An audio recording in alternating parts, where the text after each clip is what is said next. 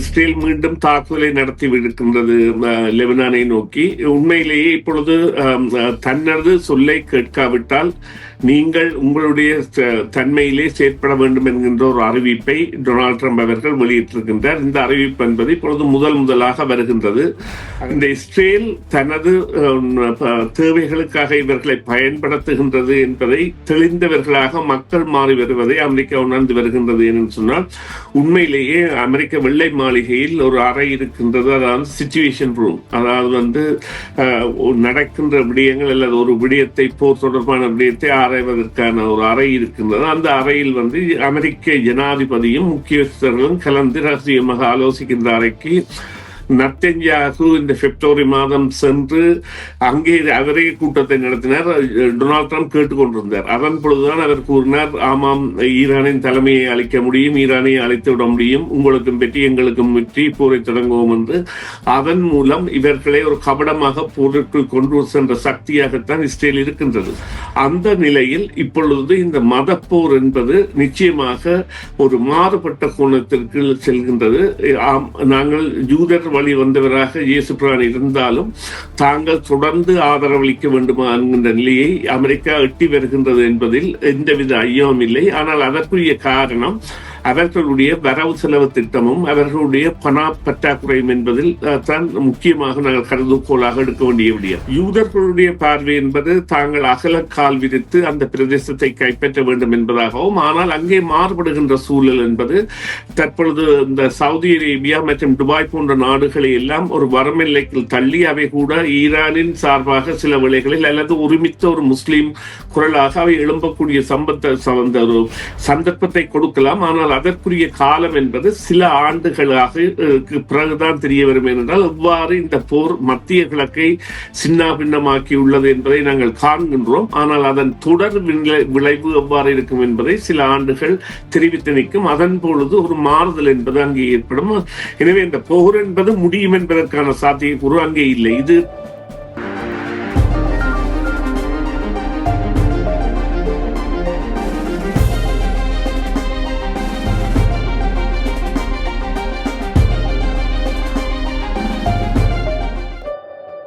நேரம் காலை 8:17 19 காலைக்குடன் காலை பொழுது நேர்கள் இணைந்திருக்கின்றீர்கள். இந்த வேளையில் செய்தியின் பின்னணிக்காக சுரேஷ் தர்மாவை இணைத்துக் கொள்ளப் போகின்றோம். வணக்கம் சுரேஷ். வணக்கம் தர்மா. வணக்கம் நேர்களே. இஸ்ரேல் ஈரான் மோதல் ட்ரம்ப் தலையிட்டால் தாக்குதல்கள் தற்காலிகமாக நிறுத்தப்பட்டிருப்பதாக ஒரு செய்தி வெளியிட்டிருக்கிறது. இஸ்ரேலிய பிரதமர் நெத்தன்யாவை தொடர்பு கொண்டு தாக்குதல்களை நிறுத்துமாறு கோரியிருப்பதாக ஒரு செய்தி வெளிவந்திருக்கிறது. இந்த செய்தியின் உண்மைத்தன்மை பற்றி நீங்கள் சொல்ல முடியுமா?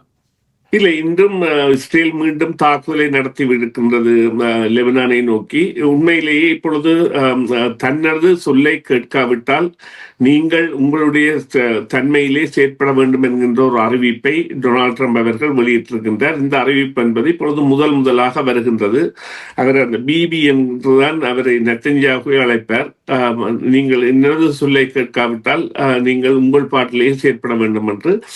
இது இந்த இஸ்ரேலிய அமெரிக்க வரலாற்றில் ஒரு புதுமுகத்தன்மையை கொண்டு வருவதற்கான ஒரு முயற்சியாக இருக்கின்றது. என்றால் இஸ்ரேல் அமெரிக்கா இஸ்ரேலை பாதுகாத்ததா அல்லது இஸ்ரேல் அமெரிக்காவை பாவித்ததா என்றால் இஸ்ரேல் தான் அமெரிக்காவை தொடர்ச்சியாக பாவித்து வருகின்றது.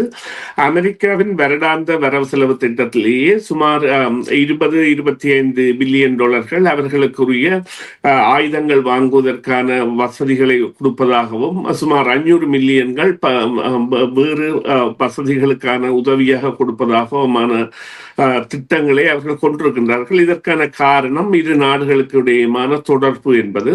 அந்த தொடர்பு நிச்சயமாக தவறாக பாவிக்கப்பட்டது என்றால் இப்பொழுது கூட அமெரிக்காவில் உள்ள பெரிய அதிகாரிகளை அல்லது அமெரிக்காவின் பெரிய தலைமைப்பிடங்களை இஸ்ரேல் உளவு பார்த்து கொண்டிருக்கின்றது என்பதில் எந்தவித சந்தேகமும் இல்லை. இஸ்ரேல் இரண்டு நாடுகளும் நெருக்கமான நாடுகளாக இருந்தாலும் அமெரிக்காவை உளவு பார்க்கின்ற பெரிய நாடு எது என்று கேட்டால் அது சீனாவோ ரஷ்யாவோ இல்லை. அது உண்மையிலே இஸ்ரேல் தான். அதுதான் அந்த ஜெப்ஸ்டீன் ஃபைல் என்கின்ற கோப்பு விவகாரம் வெளிவந்தது. அந்த கோப்பு விவகாரத்தை தொடர்ந்துதான் இந்த போரே இடம்பெற்றது. நாங்கள் இப்பொழுது கோப்பை மறைந்து அந்த போரை கதைக்கின்றோம். அந்த சிறு வயது பராயத்தினரை பாலியல் தேவைகளுக்காக கொடுத்து எவ்வாறு அமெரிக்காவை ஒரு உளவுப்படை முடக்கி வைத்திருந்தது, அந்த நபர் எவ்வாறு தனது மரணத்தை சந்தித்தார் போன்றவை தொடர்பான விவகாரங்கள் சிறிதாக வெளிவரத் தொடங்கிய உடனேயே போர் ஆரம்பிக்கப்பட்டு இப்பொழுது நாங்கள் போரின் மீதான கவனத்தை செலுத்தி அந்த கோப்பு தொடர்பான விவரத்தை அறவே அப்படியே மறந்து விட்டோம். இருந்த பொழுதிலும் அமெரிக்காவின் தேவை என்பது தற்பொழுது டொனால்ட் ட்ரம்ப் அவர்கள் சொல்லி வருகின்ற ஒரு விடயத்தில் இருந்து எங்களுக்கு தெரியும். அதாவது ஈரானின் போர் என்பது இன்னும் சில நாட்களில் முடிந்துவிடும் என்பதை அவர் இப்பொழுது நான் நினைக்கின்றேன் போர் தொடங்கிய ஒரு 40வது நாளில் இருந்து இன்று 103வது நாள் இன்று வரை ஒவ்வொரு நாளும் சொல்லி வருகின்றார். அதாவது போர் முடிய போகின்றது என்று. எனவே இவ்வாறான ஒரு சூழ்நிலை இருக்கின்ற பொழுது இந்த இஸ்ரேல் தனது தேவைகளுக்காக இவர்களை பயன்படுத்துகின்றது என்பதை தெளிந்தவர்களாக மக்கள் மாறி வருவதை அமெரிக்கா உணர்ந்து வருகின்றது என்று சொன்னால், உண்மையிலேயே அமெரிக்க வெள்ளை மாளிகையில் ஒரு அறை இருக்கின்றது. அதாவது சிச்சுவேஷன் ரூம். அதாவது நடக்கின்ற விடயங்கள் அல்லது ஒரு விடயத்தை போர் தொடர்பான விடயத்தை ஆராய்வதற்கான ஒரு அறை இருக்கின்றது. அந்த அறையில் அமெரிக்க ஜனாதிபதியும் முக்கியஸ்தர்களும் கலந்து ரகசியமாக ஆலோசிக்கின்ற அறைக்கு நெத்தன்யாகு இந்த பிப்ரவரி மாதம் சென்று அங்கே அவரே கூட்டத்தை நடத்தினார். டொனால்ட் ட்ரம்ப் கேட்டுக்கொண்டிருந்தார். அதன் பொழுதுதான் அவர் கூறினார், ஆமாம், ஈரானின் தலைமையை அழிக்க முடியும், ஈரானை அழித்து விட முடியும், உங்களுக்கும் வெற்றி எங்களுக்கும் வெற்றி, போரை தொடங்குவோம் என்று. அதன் மூலம் இவர்களை ஒரு கபடமாக போருக்கு கொண்டு சென்ற சக்தியாகத்தான் இஸ்ரேல் இருக்கின்றது. அந்த நிலையில் இருந்து தற்பொழுது மாறுபடுகின்ற தன்மையை அமெரிக்கா எடுத்து வருகின்றது என்றால், அமெரிக்காவின் ஜெனரல்களை, அதாவது அதியுச்ச இராணுவ தளபதிகளை இந்த போரில் ஈடுபட வேண்டாம் என்கின்ற பொழுதும் நெத்தன்யாகுவின் விலையில் மாற்றப்பட்டவராக டொனால்ட் ட்ரம்ப் இந்த போருக்கான அனுமதியை வழங்கியிருந்தார். இந்த நிலையில் இப்பொழுது நீங்கள் குறிப்பிட்ட விவகாரம் என்பது ஆமாம், நிச்சயமாக ஒரு இந்த பெரிய தன்மை அடைகின்றது. எவ்வாறு சொன்னால், இது உண்மையிலேயே மதங்களுக்கிடையேயான போர், 3 மதங்களுக்கிடையேயான போர் என்பதை அண்மையிலே ஹோவார்ட் பல்கலைக்கழகத்தில் பட்டமளிப்பு வரவேற்புரை நிகழ்த்திய மாணவன் அவர் ஒரு பேரர்கள் இஸ்லாமியரும் யூதரும் கல்யாணம் செய்தவர்கள், அடுத்த பேரர் அவருடைய தாய் தந்தை வழி தொடர்புகள் கிறிஸ்தவ இஸ்லாமியர். அப்ப அவர் 3 மதங்களையும் சார்ந்த ஒரு பரம்பரையில் இருந்து வந்தவராகவும் தனது உரையில் எவ்வாறு இந்த 3 மதங்களும் இந்த சண்டையில் ஈடுபடுகின்றன, அவர்களால் எவ்வாறு இந்த சண்டையிலிருந்து விலக முடியும் போன்றவற்றையும் ஒரு வரலாற்று திருப்புமுனை உரையாக சில வாரங்களுக்கு முதல் தான் ஹோவார்ட் பல்கலைக்கழகத்தில் அந்த உரையாற்றி இருந்தார். அது பல மில்லியன்கள் பேரால் பார்க்கப்பட்டதாக இருக்கின்றது. அங்கே அவர் கூறியது போல இது ஒரு மதங்களுக்கிடையேயான போர். மதப்போருக்கும் மொழிப்போருக்கும் உள்ள வித்தியாசம் என்னவென்று சொன்னால், மதப்போர் நின்று நிலைக்கும், எப்பொழுதுமே அந்த கடவுள் தங்களுடன் இருக்கின்றார் அல்லது கடவுளுக்காக இதை செய்கின்றோம் என்கின்ற நிலையில் அவர்களுடைய போராட்டம் என்பது தொடரும். அந்த நிலையில் இப்பொழுது இந்த மதப்போர் என்பது நிச்சயமாக ஒரு மாறுபட்ட கோணத்திற்கு செல்கின்றது.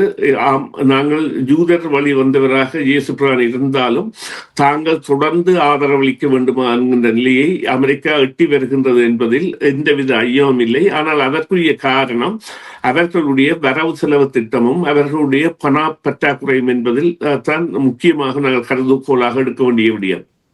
நீங்கள் ஆரம்பத்தில் குறிப்பிட்டது போல இந்த இஸ்ரேல் மீது அமெரிக்கா தனது ஆதரவை குறைக்க கூடும் என்ற மாதிரியான ட்ரம்பின் பேச்சு அமைந்திருக்கின்றது.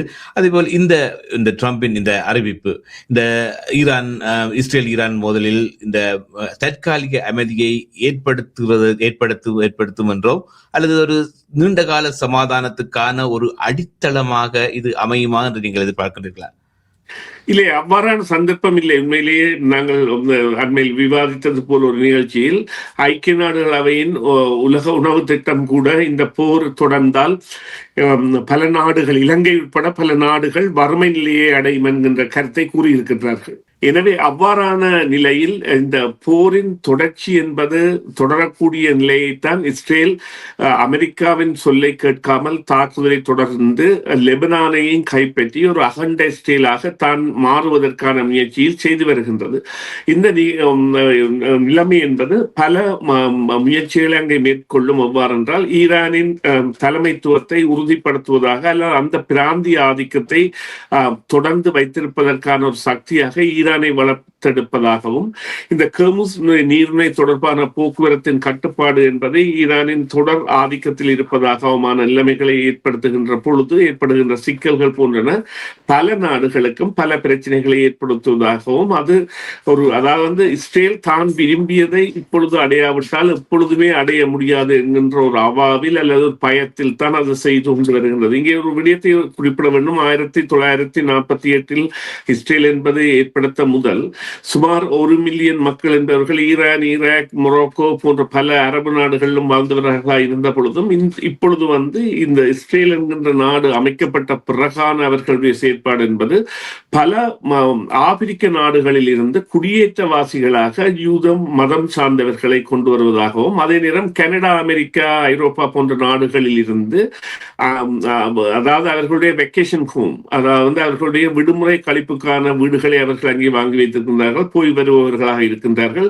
இரட்ட பிரஜா உரிமை வைத்திருக்கின்றார்கள். இதில் உள்ள முக்கியமான விடயம் ஒன்றும் இருக்கின்றது. இவர்கள் சென்று அங்கே இஸ்ரேலிய படையுடன் இணைந்து ரிசர்வ் போர்ஸாகவோ அல்லது IDF இஸ்ரேலிய டிஃபென்ஸ் போர்ஸ் அதாவது சண்டை பிடிக்கலாம், சண்டை பிடித்து விட்டு கூட வரலாம் என்றால் அதற்குரிய ஒப்பந்தங்கள் அந்த அமெரிக்கா, கனடா போன்ற நாடுகளில் உள்ள யூதர்களுக்கு எல்லாம் இருக்கின்றன. எனவே யூதர்களுடைய பார்வை என்பது தாங்கள் அகல கால் விரித்து அந்த பிரதேசத்தை கைப்பற்ற வேண்டும் என்பதாகவும், ஆனால் அங்கே மாறுபடுகின்ற சூழல் என்பது தற்பொழுது இந்த சவுதி அரேபியா மற்றும் துபாய் போன்ற நாடுகளை எல்லாம் ஒரு வரமெல்லைக்கு தள்ளி அவை கூட ஈரானின் சார்பாக சில வேளைகளில் அல்லது ஒருமித்த ஒரு முஸ்லீம் குரலாக அவை எழும்பக்கூடிய ஒரு சந்தர்ப்பத்தை கொடுக்கலாம். ஆனால் அதற்குரிய காலம் என்பது சில ஆண்டுகளாக பிறகுதான் தெரிய வரும். என்றால் எவ்வாறு இந்த போர் மத்திய கிழக்கை சின்ன பின்னமாக்கி உள்ளது என்பதை நாங்கள் காண்கின்றோம். ஆனால் அதன் தொடர் விளைவு எவ்வாறு இருக்கும் என்பதை சில ஆண்டுகள் தெரிவித்து நிற்கும். அதன் பொழுது ஒரு மாறுதல் என்பது அங்கே ஏற்படும்.